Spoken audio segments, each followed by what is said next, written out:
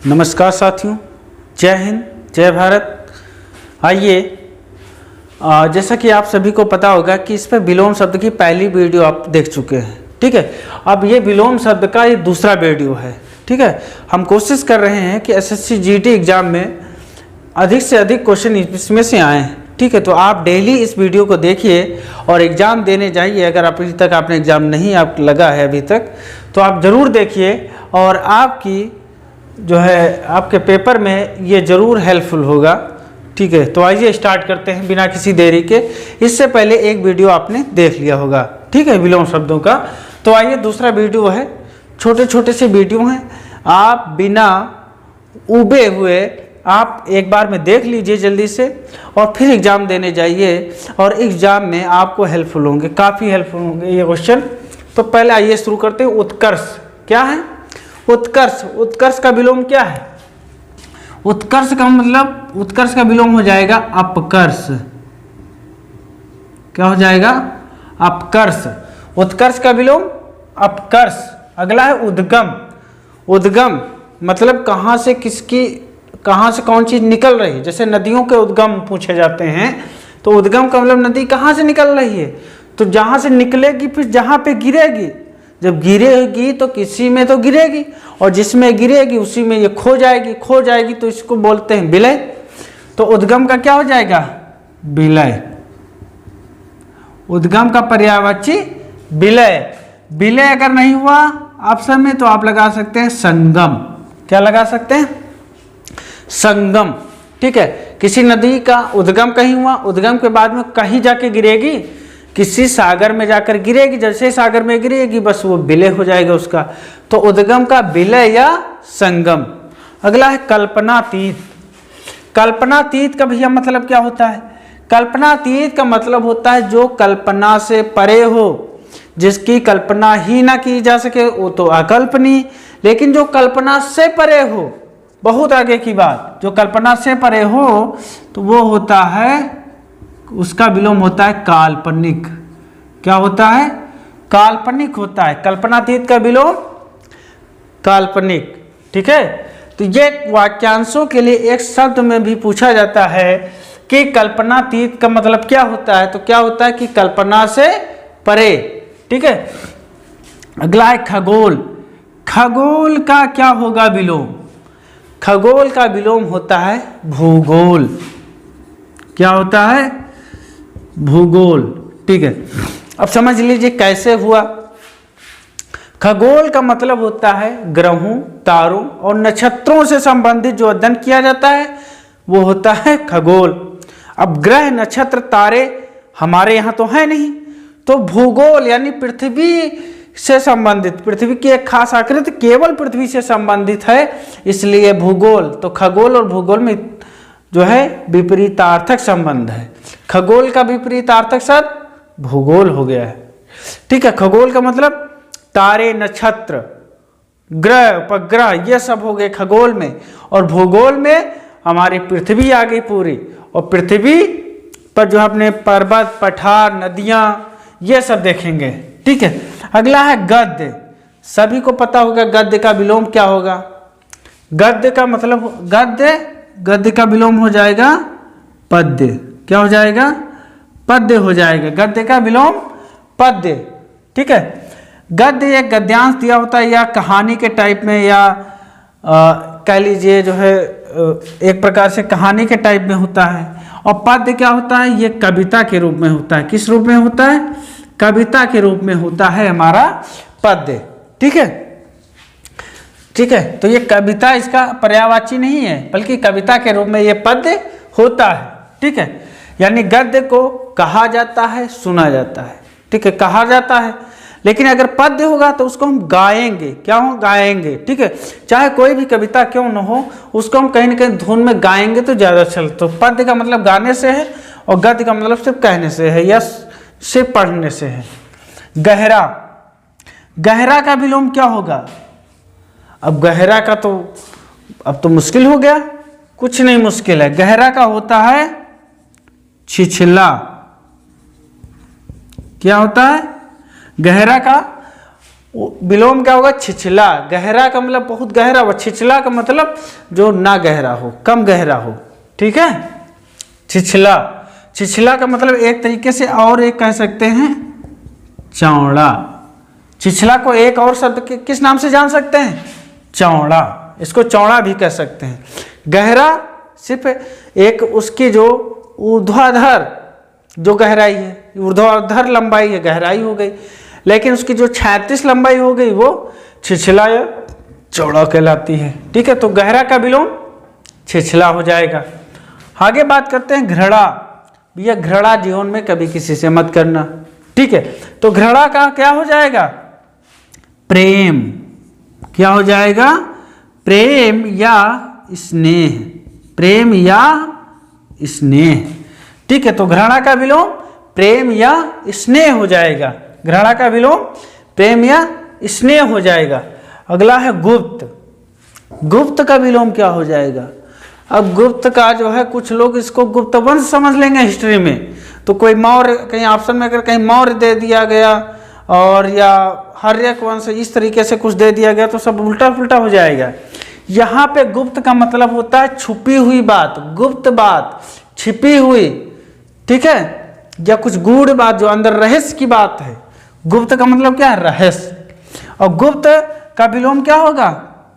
गुप्त का विलोम होगा प्रकट। क्या होगा? गुप्त का विलोम होगा प्रकट। गुप्त का विलोम प्रकट होगा। आगे चतुर। चतुर का विलोम क्या होगा भैया? चतुर का विलोम, चतुर का विलोम मूर्ख। क्या हो जाएगा? मूर्ख हो जाएगा। चतुर का विलोम मूर्ख, या लिख ले मूढ़। क्या लिखते हैं? मूढ़ या मूर्ख। चतुर का विलोम मूर्ख या मूढ़। अगला है जीवन। देखिए भैया, जीवन, जन्म, जीवित, ये अलग अलग शब्द हैं और इसके अलग अलग विलोम भी हैं। तो जीवन का हम कहते हैं कि जीवन मरण सब ऊपर वाले के हाथ में है। तो भैया जीवन का विलोम क्या हो जाएगा? मरण।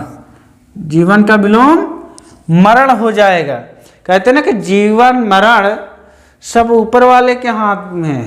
ठीक है, जस अपजस, जस अपजस, जीवन मरण सब ईश्वर के हाथ में। तो जीवन का विलोम क्या हो जाएगा?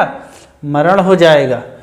अगर जीवन का विलोम मरण हो गया तो जन्म का विलोम क्या होगा? जन्म का विलोम हो जाएगा मृत्यु। क्या हो जाएगा? मृत्यु। जन्म का विलोम मृत्यु हो जाएगा। ठीक है, एक बार ढंग से लिख देते हैं इसको। जीवन, जीवन का मरण, लेकिन जन्म का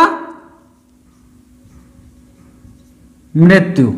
जन्म का मृत्यु, लेकिन जीवित का विलोम क्या होगा?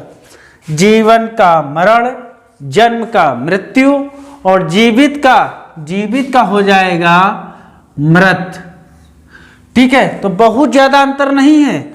आपको अगर आपके एग्जाम में आ गया तो वहां पर ऑप्शन का खेल है, समझ पाना मुश्किल बात है, यहीं से समझते चलिए। जीवन का मरण, जीवन मरण ईश्वर के हाथ में। जन्म मृत्यु, ठीक है, जन्म दर मृत्यु दर पढ़ा होगा आपके जनगणना टॉपिक में। जीवित का मृत, कोई व्यक्ति जीवित है, देखा हाँ ये तो जो हम तो जीवित हैं। अगर किसी के दिल की धड़कन बंद गई, जो है एकदम शरीर एकदम नश्वर हो गया, तो वो मृत। तो जीवित का मृत। जंगम, ये बहुत ही इंपॉर्टेंट आपके लिए है। जंगम, जंगम का विलोम क्या होगा? जंगम का विलोम होता है स्थावर। क्या होता है? स्थावर। याद रखेंगे, जंगम का विलोम स्थावर, जंगम का विलोम स्थावर। अगला जागृत। जागृत का विलोम क्या होगा? हमने ज्वालामुखी के भेद पढ़े, एक जागृत ज्वालामुखी, एक सुषुप्त ज्वालामुखी और एक शांत ज्वालामुखी। तो जागृत का विलोम हो जाएगा सुषुप्त। क्या हो जाएगा? सुषुप्त या सुप्त।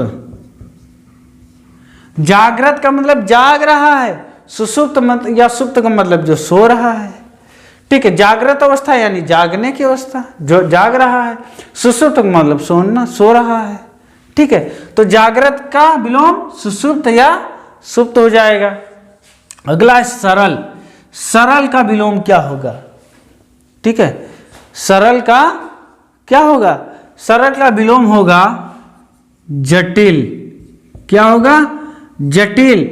अगर इसने भाषा और कठिन की तो दूसरा इसका होता है क्लिष्ट। क्या होता है? क्लिष्ट। तो सरल का विलोम क्या होगा? क्लिष्ट। कहते हैं ना कि जो हिंदी ग्रामर है उसकी जो भाषा है थोड़ी क्लिष्ट है। क्लिष्ट का मतलब क्या है? थोड़ी जटिल है। क्या है? थोड़ी जटिल है, क्लिष्ट। ठीक है, सरल का जटिल या क्लिष्ट हो जाएगा। अगला है तेजस्वी, जिसके अंदर बहुत तेज हो, तेजस्वी। तो तेजस्वी का विलोम हो जाएगा निस्तेज। क्या होगा?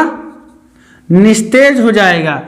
तेजस्वी का मतलब बहुत तेज और निस्तेज का मतलब जिसके अंदर तेज ही न हो, निस्तेज, बिना तेज के। ठीक है। अगला तिमिर।